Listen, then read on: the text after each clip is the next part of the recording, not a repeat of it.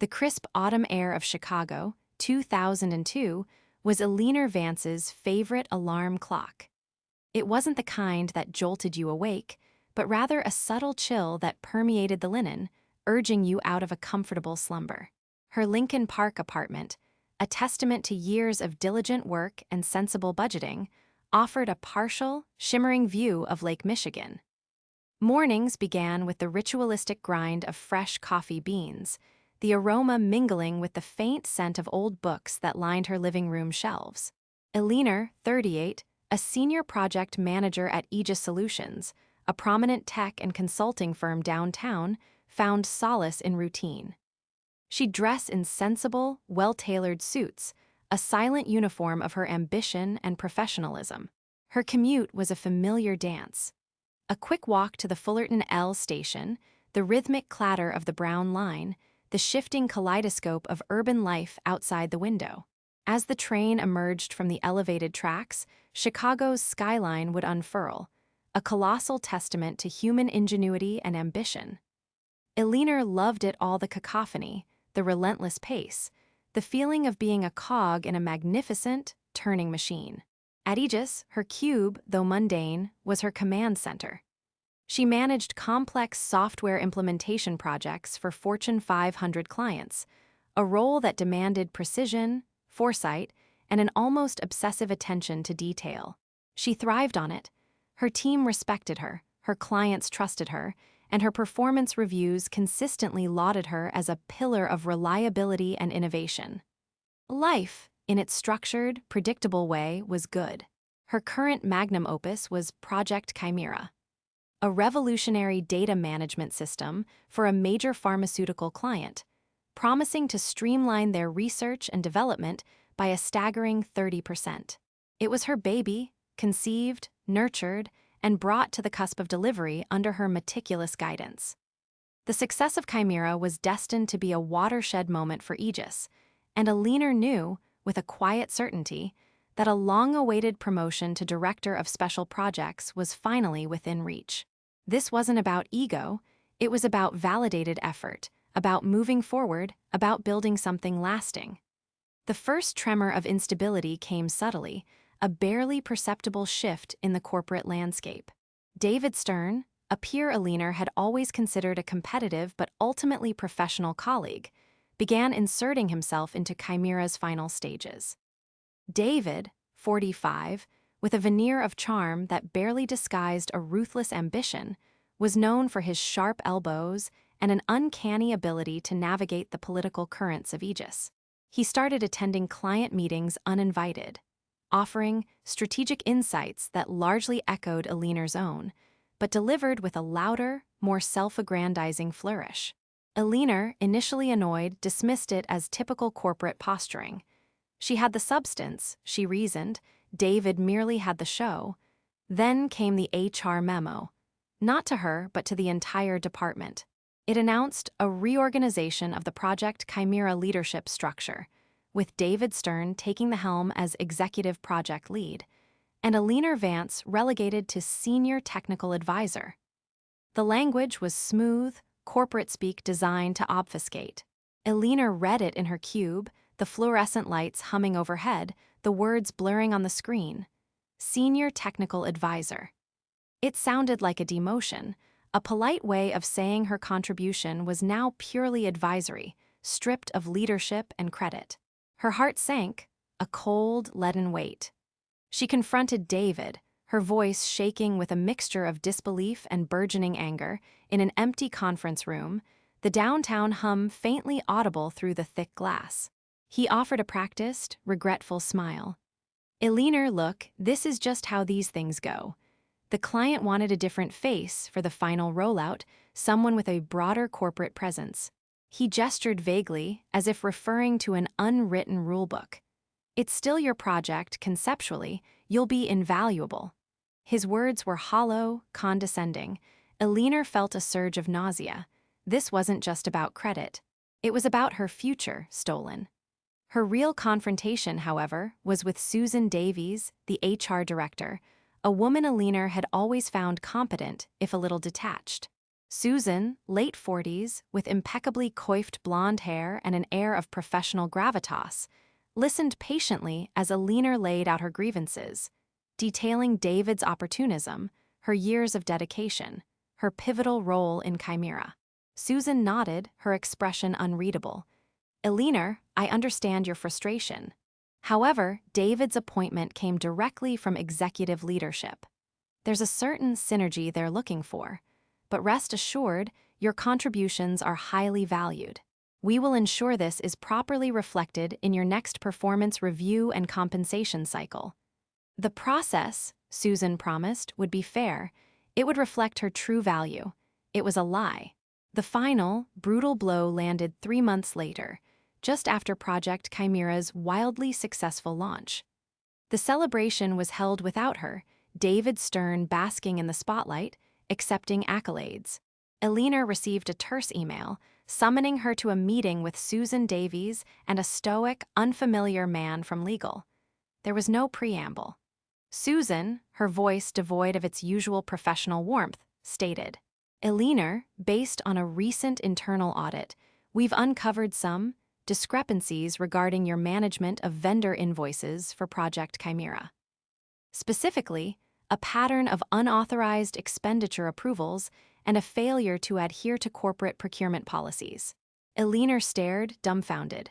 What? That's impossible. Every invoice, every approval went through the standard channels. I have documentation for everything. The man from legal, Mr. Harrison, spoke with chilling calm. Our audit suggests otherwise, Miss Vance. We have evidence of your personal override codes being used on invoices outside of the approved signatory matrix, leading to an overexpenditure of approximately $45,000. My override codes? That's a lie. Someone must have compromised my account. Eleanor's voice rose, desperation creeping in. Susan interjected, her tone firm. We conducted a thorough investigation. Your login credentials were used. We even interviewed several team members who reported a general sense of disorganization and a perceived lack of transparency regarding project finances under your leadership. This, combined with the financial irregularities, leaves Aegis Solutions with no option but to terminate your employment, effective immediately, for gross misconduct. Gross misconduct. The words hung in the air like a death sentence. Her reputation, her career, her entire professional identity shattered. There was no process now, no fair hearing. They simply presented their fabricated evidence, their manipulated narrative, and delivered the execution order. Eleanor left Aegis that day, not with a box of personal effects, but with a profound sense of violation, her mind a whirlwind of disbelief, rage, and a crushing, incapacitating betrayal. The security guard, a man who'd greeted her with a smile for years, now watched her leave with an expression of pity or perhaps suspicion. She walked out into the biting Chicago wind. The city that had once felt like home now felt alien, indifferent. The following weeks were a blur of grief and anger.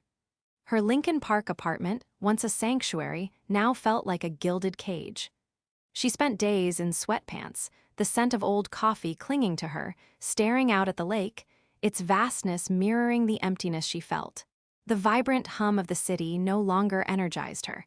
It mocked her with its relentless forward motion while she stood still, utterly broken. Tears came in unpredictable waves, followed by fits of impotent rage. How could they?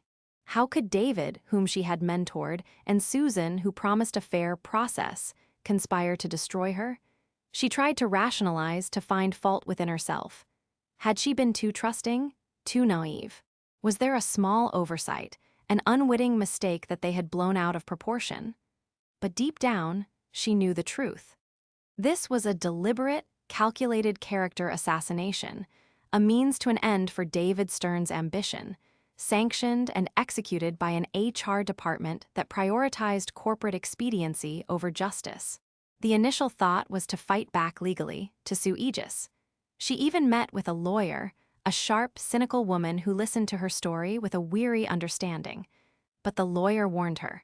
Corporate giants have deep pockets, endless resources, and a reputation to protect. Proving a conspiracy would be an uphill battle, expensive and emotionally draining, with no guarantee of success. And even if she won, the stain of gross misconduct would linger, making future employment difficult. The advice was to take the severance, sign the NDA, and move on. Move on. The phrase echoed in her mind, hollow and meaningless. How do you move on when a piece of your soul has been ripped out, when the very foundation of your professional identity has been poisoned? The bitterness festered, morphing from grief into something colder, harder.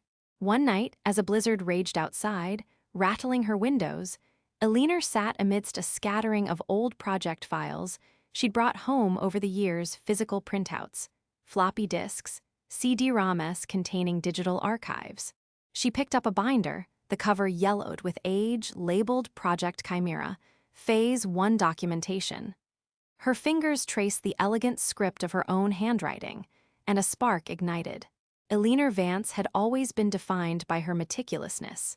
It was her superpower, her silent strength. Every email, every meeting agenda, every expense report, every communication, whether internal or external, had been filed, cataloged, and often redundantly backed up. Not out of paranoia, but out of a professional habit born of countless project management cycles. Now, this habit became her weapon. She realized the lawyer was right about one thing: fighting Aegis directly in court might be a losing battle. But what if she didn't fight their battle? What if she fought her own?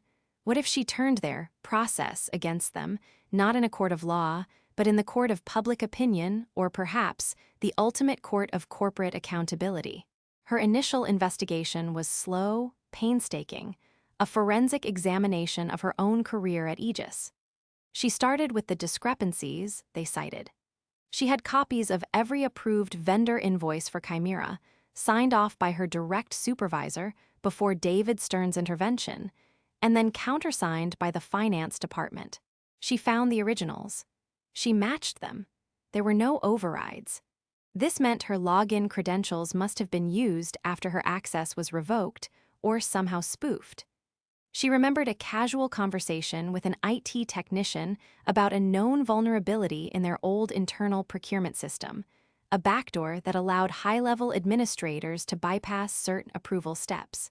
A vulnerability David, as an executive project lead, would have had access to. She decided to move out of her Lincoln Park apartment. The rent was too high for her now, and the constant reminders of her past life were stifling. She found a smaller, cheaper place in Logan Square, a neighborhood with a grittier, more defiant energy that mirrored her newfound resolve. The move was symbolic, shedding the old skin, preparing for battle. Her new apartment became her war room. She bought a new, powerful desktop computer, a scanner, and a second monitor. She was building Project Nemesis. Months bled into a year. She worked with an almost manic intensity, fueled by coffee and a burning desire for justice. She wasn't just looking for evidence of her own innocence. She was looking for a pattern. David Stern and Susan Davies, she realized, weren't just isolated actors. They were part of a systemic problem. She began contacting former Aegis employees, cautiously at first, then more boldly. People who had left Aegis under dubious circumstances. People who had complained about David's bullying tactics. People who felt Susan Davies' HR department was more concerned with protecting the company than its employees. She found a common thread: vague accusations, internal audits that conveniently disappeared crucial evidence, and a remarkably similar process that led to their quiet exits. One former colleague, Mark Jensen, who had been an IT manager, was particularly helpful. He'd left Aegis a year before Eleanor, after being sidelined for exposing a data security flaw that a senior executive had wanted to keep quiet. Mark confirmed her suspicions about the procurement system vulnerability. He even provided her with a partially recovered log file from an old server backup, showing a specific administrator account, one assigned to high-level executives, like David, accessing her credentials after her last legitimate use. It wasn't definitive proof, but it was a crucial piece of the puzzle. Eleanor painstakingly rebuilt a timeline of every interaction, every meeting, every email related to Project Chimera. She used forensic software. She taught herself to recover deleted emails from old backups she'd made of her work computer before she left. She found email chains between David and Susan, subtly discussing managing Eleanor Vance's resistance to new directives, and preparing a comprehensive performance review that reflects the necessary changes. These weren't smoking guns for her termination, but they painted a clear picture of premeditation. Her focus expanded. She started looking into David Stern's expense reports, cross-referencing them with company travel logs. She found inconsistencies. Lavish dinners claimed for client meetings on days he was reported to be in a different city, or personal travel disguised as business trips. Small, individually insignificant, but collectively, a pattern of fraud. Then she turned to Susan Davies. HR records, particularly those concerning employee complaints, were heavily guarded. But Eleanor remembered an internal server where unredacted complaint summaries were stored before being transferred to a more secure, locked database. She knew the archaic file structure, the naming conventions. It was a long shot, but she knew an old, infrequently used backup drive existed, often overlooked. Using the knowledge Mark had given her, she crafted a series of precise, anonymous emails to a junior IT staffer she still knew, subtly requesting help in recovering lost personal files from old server archives. The naive staffer, wanting to be helpful, inadvertently provided Eleanor with access to a goldmine. Years of HR complaint logs, including numerous grievances against David Stern for bullying, sexual harassment, which Susan had apparently dismissed as misunderstandings, and even a formal complaint from another female employee about an unfair demotion, using the exact same playbook as Eleanor's. The evidence mounted, a tower of truth built brick by painstaking brick. It wasn't just about her. It was about a culture of corruption, ambition overriding ethics, and an HR department that acted as an enforcer rather than a protector. She had enough to implicate David Stern for fraud and harassment, and Susan Davies for gross negligence, complicity, and systematic abuse of HR policies. And beyond them, evidence that Aegis Solutions leadership had, at best, turned a blind eye, and at worst, tacitly approved these practices. The final dossier was a masterpiece of investigative journalism and corporate forensic accounting. It was hundreds of pages thick, meticulously organized, cross-referenced, and annotated. It contained 1. Eleanor Vance's unassailable defense against the gross misconduct charges, including the recovered IT logs pointing to David Stern's account. 2. A detailed breakdown of David Stern's fraudulent expense reports, complete with dates, amounts, and conflicting travel records. 3. Multiple, corroborated accounts from former employees detailing David Stern's bullying and harassment, and Susan Davies' consistent dismissal of their legitimate complaints. 4.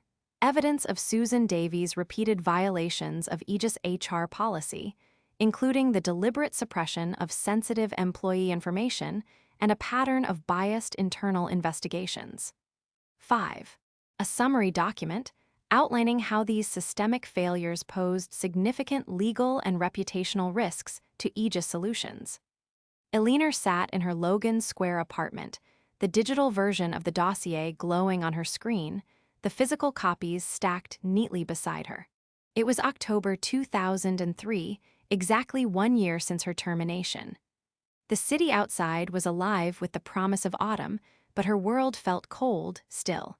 She hadn't felt this focused, this alive, since before Project Chimera was hijacked. The revenge was not about anger anymore. It was about surgical precision, about ensuring the truth, undeniable and overwhelming, finally saw the light of day. She had chosen her targets for the hit all at once strategy carefully. First, a carefully vetted, nationally recognized investigative journalist named Michael Thorne, known for his exposés on corporate malfeasance, working for a major financial newspaper. Eleanor sent him an anonymous, encrypted email containing a small, tantalizing sample of her evidence, enough to pique his interest. Second, an anonymous tip via registered mail to the Securities and Exchange Commission, SEC, highlighting potential financial irregularities within Aegis Solutions tied to executive compensation and project budgeting, hinting at fraud. Third, a comprehensive, bound physical copy of the entire dossier, delivered by a discreet, anonymous courier to the chairman of the board of directors of Aegis Solutions, addressed personally, marked urgent and confidential, not for internal routing. Fourth, another anonymous, detailed submission to the Department of Labor, outlining systemic HR policy violations and a pattern of unfair labor practices at Aegis. The simultaneous release was designed for maximum impact, to prevent Aegis from containing the damage or burying the truth through internal channels. It created an external pressure cooker that even their powerful legal team couldn't easily diffuse. The first ripple effect came a week later. Michael Thorne's newspaper published a front-page article, not yet directly naming Aegis, but describing an unnamed major tech consultancy facing allegations of widespread financial fraud and HR misconduct at the executive level. The article cited anonymous sources and provided just enough detail to send shockwaves through the corporate world. Aegis Solutions' stock price dipped noticeably. Then came the internal panic. The board, already rattled by the anonymous dossier, launched an immediate, emergency internal investigation, this time with external auditors and legal counsel. The SEC and Department of Labor had also opened preliminary inquiries. The carefully constructed facade of Aegis Solutions began to crack. David Stern was the first to fall. Confronted with the undeniable evidence of his fraudulent expense reports and the IT logs proving he'd spoofed Eleanor's account, he initially denied everything. But with multiple agencies and the board breathing down his neck and facing potential criminal charges, he folded. He admitted to the fraud and, under intense pressure, also implicated Susan Davies in the cover-ups and the fabrication of evidence against Eleanor and other employees. He was terminated immediately and faced a barrage of legal issues. Susan Davies tried to deflect, to spin, to claim she was merely following orders. But the sheer volume of suppressed complaints, the detailed accounts of her dismissive attitude towards legitimate grievances, and David Stern's testimony sealed her fate. She was escorted out of Aegis Solutions a few days after David, her professional gravitas dissolving into a desperate, tearful plea that fell on deaf ears. The process she had promised Eleanor had finally, ironically, come for her. The aftermath at Aegis Solutions was a corporate bloodbath. Several other executives, whose names Eleanor had found in her deeper dives, were implicated for turning a blind eye or even enabling David and Susan's conduct. There were resignations, firings, and a massive internal restructuring. The company's stock suffered a significant hit, and its reputation took years to recover. They settled several lawsuits, including a class action suit from former employees, though Eleanor herself stayed out of the public legal fray. She had wanted justice, not a financial windfall, though the legal settlements would provide some measure of compensation to others. Eleanor watched it all unfold from the quiet solitude of her Logan Square apartment, the newspaper clippings accumulating, the financial reports detailing Aegis's woes. There was no triumphant cheering, no public declaration of victory, only a profound sense of peace. The burning anger had subsided, replaced by the cool satisfaction of a complex problem meticulously solved.